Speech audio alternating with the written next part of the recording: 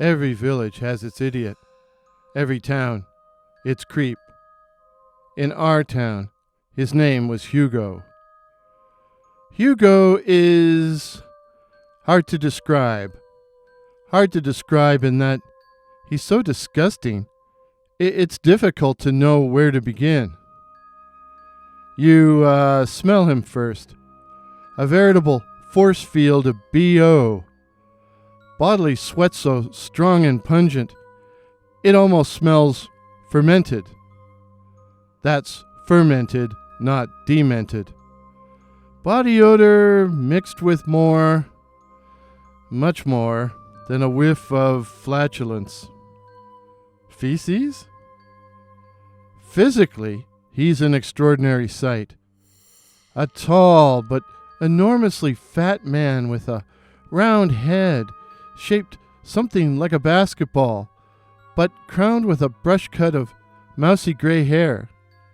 In fact, Hugo is so fat, and his flesh appears so soft and gelatinous, so pulpy, that you feel it should be possible to squish him, in spite of his immense size. And then there's his clothing. Scuffed black shoes, old black stretch pants, a dark green work shirt buttoned up to the neck, and an old gray windbreaker. I'm pretty sure he wore the same clothes every day, back in the days of my youth. And it looks like he's still wearing them, 30 years later. Back then, Podgyman was always around, at all hours of the day and night. I can remember looking out the window of our third-floor apartment and watching him walking up Kerr Street after midnight. Indeed, any time I got up in the night and looked out the window, I would see him shuffling along the pavement, mumbling to himself, or laughing. Most times, I'd see him at the rear of the plaza, across the street from our apartment building, going through the garbage cans. Some guys said he ate out of them. But whenever we were back there and saw him coming, we got the hell out of there. Interestingly enough, I grew up with some pretty tough guys, but no one ever threw stones or anything at Hugo. No one. Hugo lived in a shack at the top of Kerr Street, just past the train tracks. So one of the worst local dares, the ultimate local dare, was to sneak up to his saggy front porch after dark and knock on the door, and then book it the hell out of there. No way anyone would stick around and say hi. Hi, Hugo. Rumor had it the place was full of bodies, dead bodies of those who had disappeared. One midsummer night, when I was in high school, I was the guy who got dared. As you didn't approach the house directly, we, me and my witnesses, were sneaking through the nearby woods when we heard the sound of mumbling and falsetto, high-pitched giggling coming up from behind us. Someone whispered, "Hugo!" and we dived into the nearby bushes. We had been following a rutted trail which ran parallel to the train tracks and which led to Podgy's front door. And as we watched from the shadows, Hugo came down the path, and he appeared to be floating, a foot above the ground. And when he reached the spot where we were hiding, he stopped and said in his high falsetto, come out, wherever you are. Come out, wherever you are." He stood, or rather hovered, and waited. And It sure as hell felt like he could see us. Eventually he floated or glided away, but we didn't move for at least 20 minutes or dare light a cigarette, even though most of us were dying for a smoke. When we did leave, we moved out quickly, making as little noise as possible, and for once, we all went straight home. Could Podgyman fly? For many nights thereafter, I had strange dreams in which I saw Hugo floating down the street or even flying through the midnight sky. And then, one brilliantly moonlit night, I awoke to find Hugo staring in my bedroom window. 30 feet off the ground. For we lived on the 3rd floor. I pretended to be asleep, but skinned my eyes so I could watch him. If he could float 30 feet in the air, I was afraid he might be able to float through the window, float through the glass. Hugo hovered outside for what seemed like hours, his gross, corpulent body inflated like a balloon, chuckling and gently bumping against the glass, until he finally floated away. I went out of my way to avoid him after that, and a few years later, I left town to go to school and forgot all about Podgyman. But years later, I went home to visit my stepfather, who still lived in town, and at one of the local watering holes, I ran into Darren. I hadn't seen Darren in 15 years, and to tell the truth, I didn't recognize him. I don't know if you remember me, eh? I took a slug of my drink to cover my embarrassment and to figure out who he was. And then I took another as I tried to figure out what had happened to him. Darren had been one of those badass boys young women seem to love. Curly blonde hair, blue eyes, and a direct and saucy manner. Seeing he was such a babe magnet, I used to hang around him to see if I could get lucky by osmosis. But the man sitting across from me was bald, with a blotchy, unhealthy complexion and an emaciated body. He had a nervous, tentative manner and wouldn't make eye contact. But I could see those beautiful blue eyes were now bloodshot and yellow. After some evasive chit-chat, Darren said, "Guess you want to know what happened to me." I wasn't sure I did, but I answered, yeah. It was Podgy, was all he said. At first I didn't get it, and then it clicked. "You mean Podgyman?" I asked. And Darren shivered and nodded. "Is he still alive?" "Alive?" Darren yelped. "He hasn't aged a bit. He looks exactly the same as he did when we were in grade school. Same clothes, too. But then I don't think, fuck, I know, he ain't human." This is what happened. Darren had an 82 Trans Am and was parked with Madison in a clearing not far from Podgyman's shack. Things had apparently been progressing nicely in a totally natural way when Madison suddenly shrieked, "Somebody's looking at us!" Looking up from his current position, Darren could see Hugo's round balloon face staring at him, his thick, slobbery lips formed into a kiss. "Get away from here, you fucking weirdo," Darren screamed. And then Podgy enveloped the car.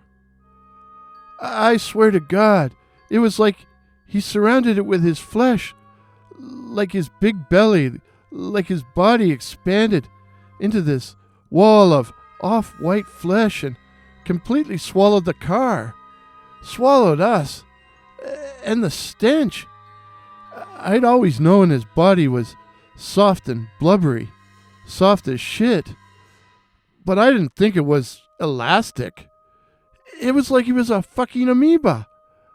I tried to put the car in drive, but it was dead, and then I tried to open the door, but it wouldn't budge. Maddie was out of her mind, and we were both throwing up, and I thought we were going to die, and what a shitty way to go.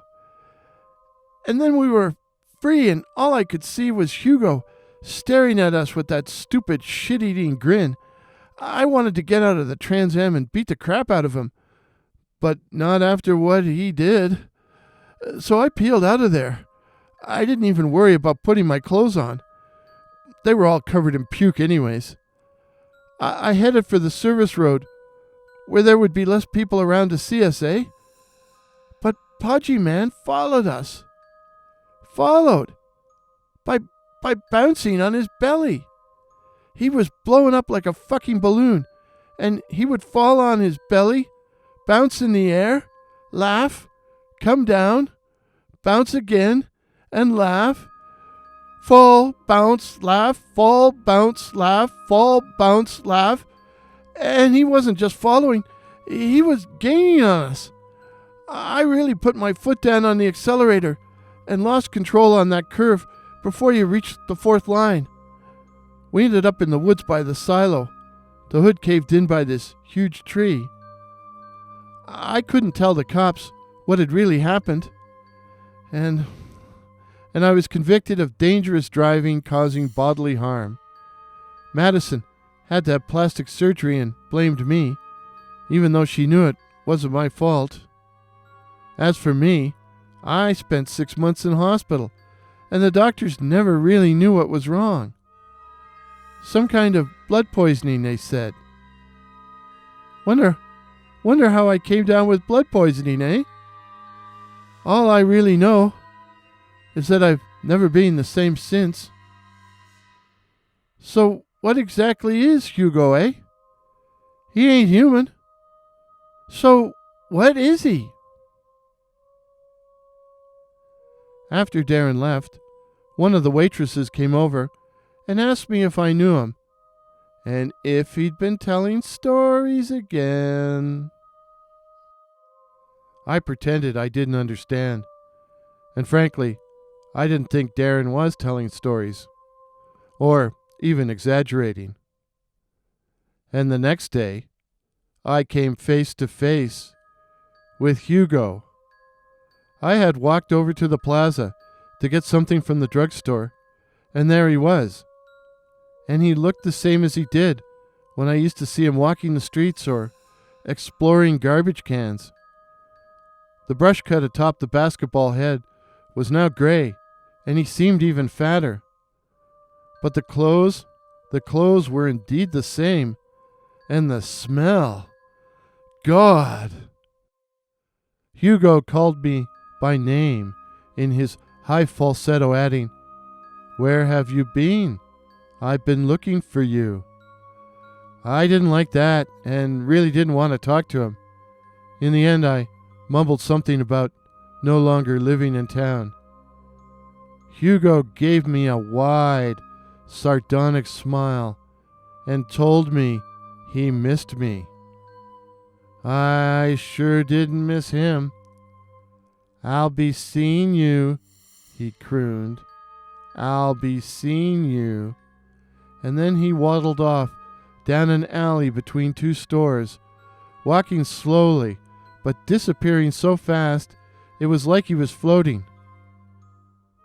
For the rest of my visit, I made damn sure the drapes were closed at night, and I wore earbuds and listened to music so I wouldn't hear any strange sounds, or laughter, or mumbling outside in the dark. So who, or what, is Podgyman? I really don't think he's human. But from now on, Hugo, even if you really do miss me, let's not meet.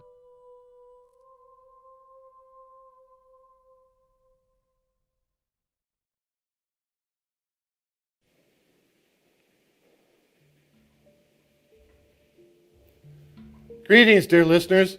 Hope you're all doing well, and happy Friday the 13th. I'm going with a tropical theme today in honor of the 2 feet of snow we have outside. But don't worry, I'm not planning to use any Hawaiian music, although that might actually be kind of nice. Well, recently I uploaded a video called Who is Podgyman? Who is Podgyman? The story of Hugo, a.k.a. the Podgyman, who roams and shuffles and stinks up the streets in my hometown. Well, as a result, I received the following email from an old high school chum named Joey. Of course, now that we're mature men, he's probably Joseph. Well, Joey/Joseph sent me the following. Caught your episode on the Podgyman, and I can verify you're not exaggerating. Old Hugo is still shuffling around, talking to himself, and looks exactly like he did when we were kids. He's gone a bit gray, that's all. Same clothes, and never mind the smell. But did you hear what he did to Vinny? Vinny, the weird guy, always riding around on his bike and singing pop songs off the radio, glasses held together with black electrical tape. Well, back then, I had a job as a pump jockey at the gas station on the corner of Kerr and Spears, across from your apartment building. The Gulf station? Gulf? Well, one summer night, round 7, I was working there and Vinny comes up and asks if he can put some air in his bike tires. I say, sure, help yourself. The dude was harmless and I felt sorry for him. Anyway, Vinny's farting around with his bike. No pun intended there. When along comes Hugo. I smelt him before I saw him. He stops and starts talking to Vin and says, "Want to see something unusual?" Want to see something unusual? I overheard this, but I was busy with a customer, so I wasn't paying too much attention. But then I noticed that Podgy had the damn air hose in his mouth, as if he was trying to fill himself with air. I was going over there to give him shit when I realized he was actually inflating. His whole body was inflating. Arms and legs and stomach, blowing up like a balloon, a complete sphere, with his hands and feet and round head sticking out like buttons. And then he dropped the hose and began to rise straight up into the air. He was actually floating. Up, up, up he went. 30 feet, 50 feet, 100 feet, 500. Vinny and I watched in astonishment. I actually got a crick in my neck watching, and soon Hugo was nothing more than a pinprick in the evening sky. To say I was flabbergasted is a complete understatement. But I was on duty, and while it was okay for Vinny to stand there, gawking, open-mouthed, I had customers to serve. After 15 minutes or so, I saw Hugo was returning to Earth, and soon he touched down. He says to Vinny in that high-pitched voice of his, "Why don't you try it?" I tried to talk him out of it, but would Vinny listen to me? No. So the fool sticks the air hose into his mouth. I guess I should have turned the air off, but I didn't think anything would really happen. But now Vinny starts blowing up like a balloon too. Soon he's just a beach ball topped by a pair of glasses. And then he starts to rise into the air. 30 feet, 50 feet, 100 feet, 500. Soon he's nothing more than a pinprick in the evening sky. And then he was gone. Gone. And Vinny has never been seen since. Gone, Gone, and Vinny has never been seen again, almost 30 years later. Just gone. Although maybe he's in outer space, orbiting the Earth. All that was left of him was his stupid bike. I said to Hugo, "What did you do to Vinny?" And he giggles, lays a monstrous fart and says, "I guess I forgot to tell him to vent some back wind.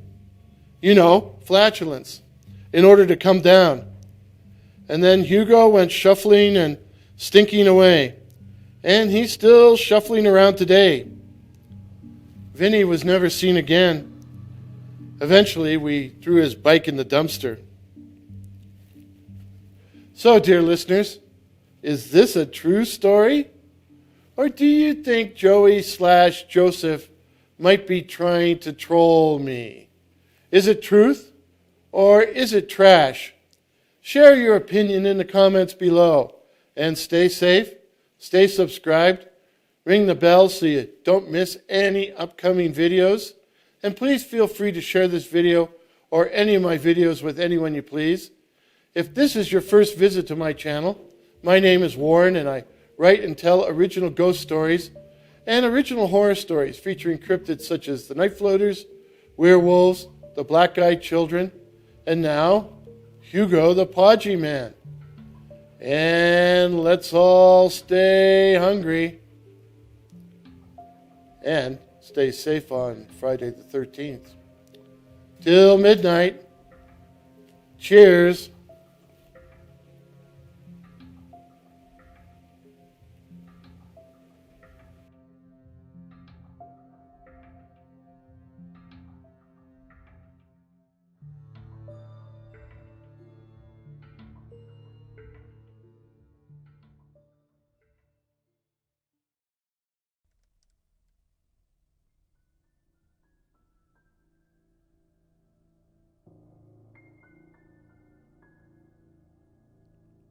A few weeks ago, I aired a video called Podgyman Gone, about how Hugo the Podgyman had engineered the disappearance of Vinny, a not-too-swift dude from the neighborhood. Basically, Hugo tricked him into inflating himself with air, and he floated away, never to be seen again. But recently, I received the following email from Matt, who claims to be a witness to what happened, and who tells a rather different story.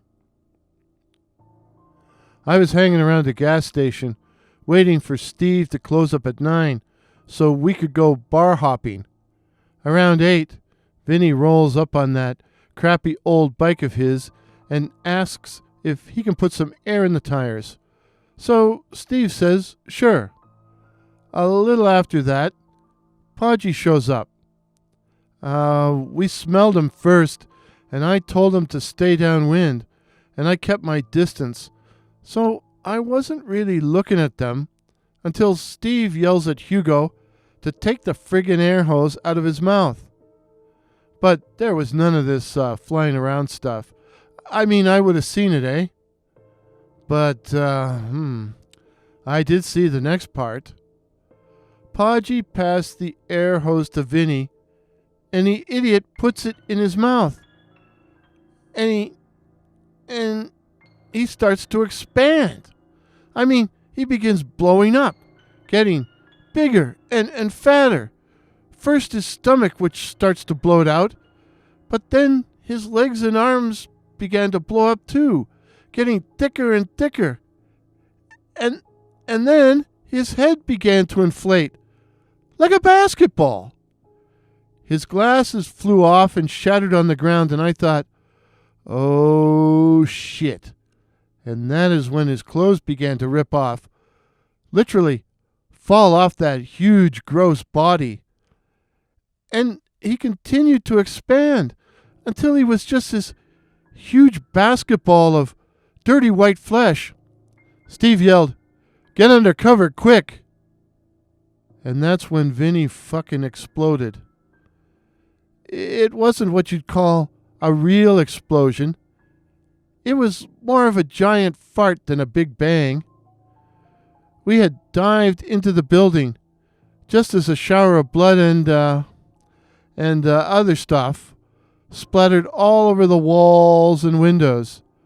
A studami of sludge. And man, the smell. We might have just lay stunned, but the stench was so bad, we would have puked if we didn't get out into the fresh air. Not that the air outside was very fresh anymore. The first thing I saw outside was a foot in a scuffed black shoe. It was Vinny's foot. I recognized the black and yellow check socks. Scattered around the lot were various other limbs and globs of flesh and fat. A crowd of people had formed, some screaming, others throwing up. It was a real shit show. Geez, that was a bad choice of words, eh? We called the cops, of course, and the owner of the gas station. Man, was he pissed. I thought for sure he was going to fire Steve's ass. The cops brought an ambulance. Don't ask me why. They ended up scraping up what was left of Vinny with a shovel. I told the cops what had happened, and they didn't want to believe me. But they didn't have much choice. I told them Hugo was behind the whole thing, and that they should talk to him. So they asked him what happened to Vinny, and you know what he said? He go boom. He go boom?